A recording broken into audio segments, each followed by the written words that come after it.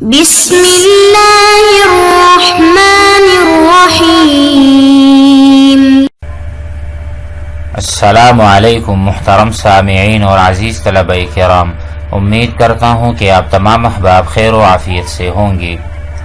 آج کا ہمارا سبق نمبر 62 ہے، جس میں ہم پڑھیں گے اسم التفضیلی تعریفہ و شروطہ، کہ اسم تفضیل کیا ہے، اس کی تعریف کیا ہے اور شروط کیا ہے۔ اسم تفضیل کو ہم کیسے بناتے ہیں، ثلاثی مجرد سے اور ثلاثی مزید سے، اس کے بارے میں بھی ہم پڑھیں گے۔ تو آئیے مثالوں سے اور بحث کے ذریعے سے اس کو سمجھ لیتے ہیں۔ بسم اللہ الرحمن الرحیم۔ اسم التفضیلی تعریفہ و شروطہ۔ اسم تفضیل کے لیے 8 شروط ہیں، جس کا سبق پہلے گزر چکا ہے، اس کو ضرور دیکھ لیں۔ ابھی ہم پڑھتے ہیں مثالوں کو۔ الامثلہ: الاسد اشجع من النمر، الفیل اضخم من الجمل، الحدید انفع من الذهب۔ اسم تفضیل اس کو کہتے ہیں کہ دونوں چیزوں میں شجاعت پائی جاتی ہے۔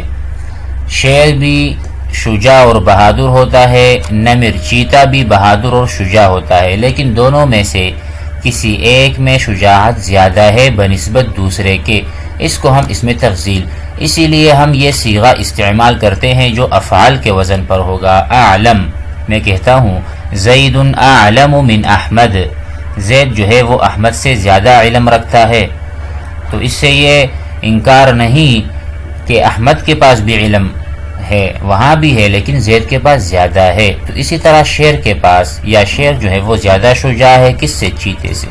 اسی طرح اضخم بہت زیادہ بھاری بھرکم ہے، انفع بہت زیادہ نفع دینے والا ہے، من الذهب کس سے؟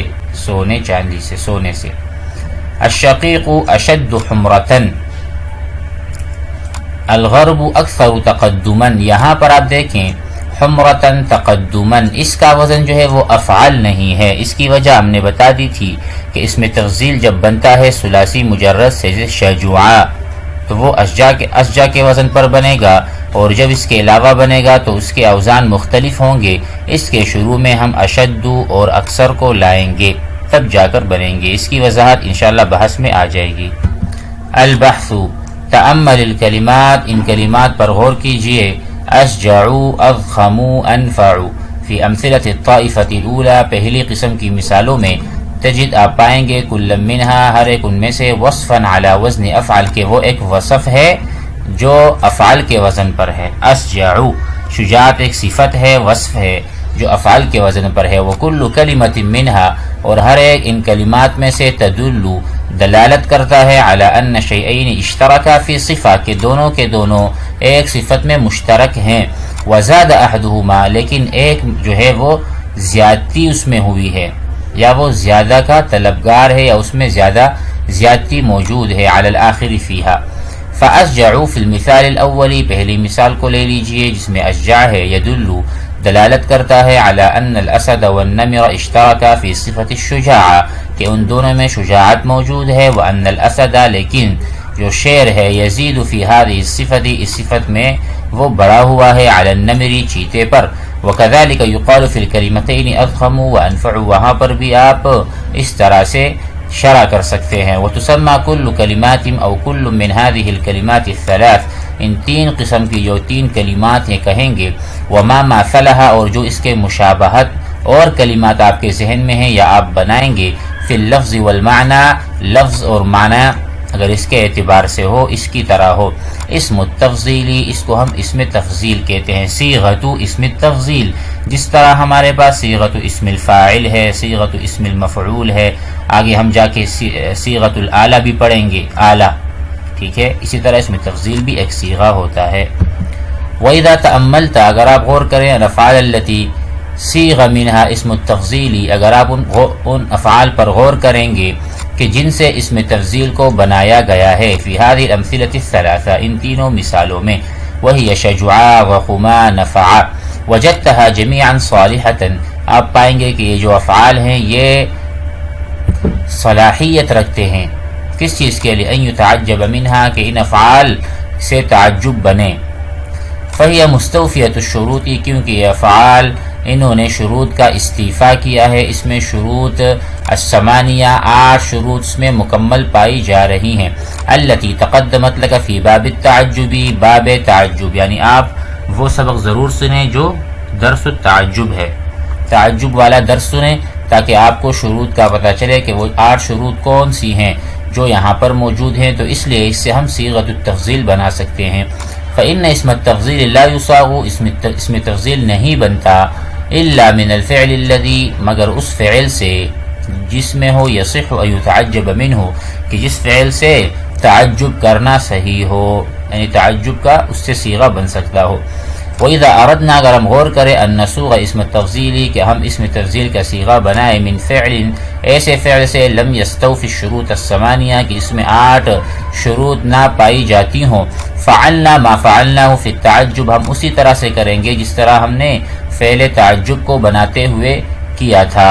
فجئنا، تو ہم لے کر آئے تھے بالمصدری، مصدر کو منصوبا منصوب، بعد اکثر و اشد، اکثر اور اشد کو لے کر آئیں گے، اس کے بعد ہم مصدر لے کر آئیں گے، منصوب کریں گے اسے علی مثال ما ترى فی مثال الطائفة الثانیہ، جس طرح آپ دوسری قسم کی مثالوں میں 2 مثالیں دیکھتے ہیں، وہ اس طرف اشارہ کر رہے ہیں کہ حمرتن، یہ کس سے ہے؟ احمرہ یحمر، دیکھو احمرہ یہ ثلاثی مزید ہے، ثلاثی مجرد نہیں۔ اسی طرح تقدم یتقدم تقدما باب تفاعل ہے، یہ بھی ثلاثی مزید ہے۔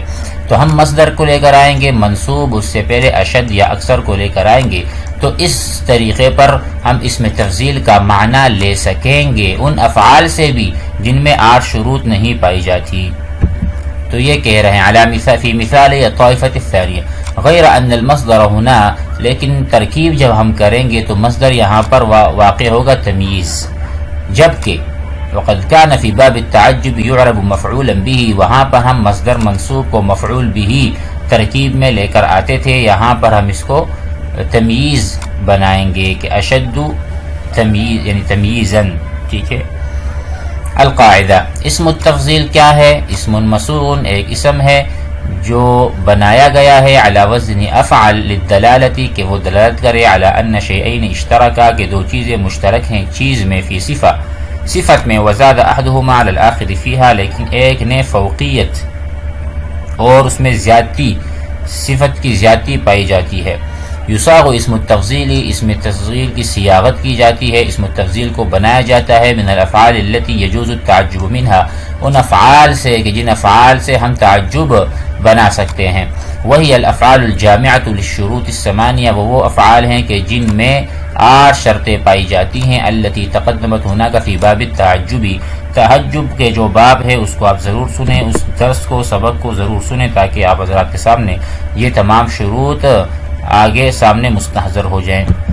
آخری قاعدہ ہے یتوصل الی التفضیل، اس میں تفضیل تک رسائی حاصل کی جاتی ہے، مما لم یستوفی، وہ جو جس میں شروط نہ پائی جاتی ہوں، بذکر مصدرہ منصوبا، ان افعال کا جو مصدر ہے اس کو ہم منصوب رکھیں گے علی التمییز، تمییز ترکیب کے اعتبار سے وہ تمییز ہوگا، بعد اشد او شبہہا، اشدہ کلمہ کے بعد یا اکثر کلمہ کے بعد یا اس کے مشابہت جو بھی حروف ہوں، کلمات ہوں، ان کے بعد ہم مصدر کو منصوب رکھیں گے، تو اس طرح سے ہم اسم تفضیل کا معنی حاصل کر سکیں گے۔ امید ہے کہ سبق سمجھ میں آ گیا ہوگا۔ والسلام علیکم۔